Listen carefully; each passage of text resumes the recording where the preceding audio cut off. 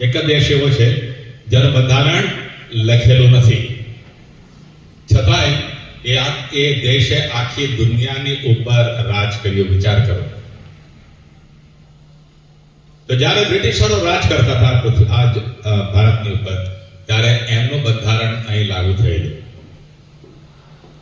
પણ હવે જ્યારે ભારત સ્વતંત્ર થયું તો પોતાનું બંધારણ હોવું જરૂરી છે, અને તેના માટે બહુ મોટા નિષ્ણાંતો ભેગા થયા.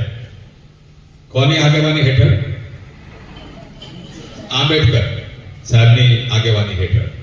અને એ લોકોએ રાત દિવસ મહેનત કરીને એ બંધારણ બનાવ્યું. રાત દિવસ મહેનત કરીને. અને લખાણ પણ તમે જોજો, ઓરિજિનલ લખાણ બંધારણનું છે. બહુ સુંદર રાઇટિંગમાં લખવામાં આવ્યું છે, કરસિવ. બહુ સુંદર. આપણે થાય કે પ્રિન્ટ કરેલું છે.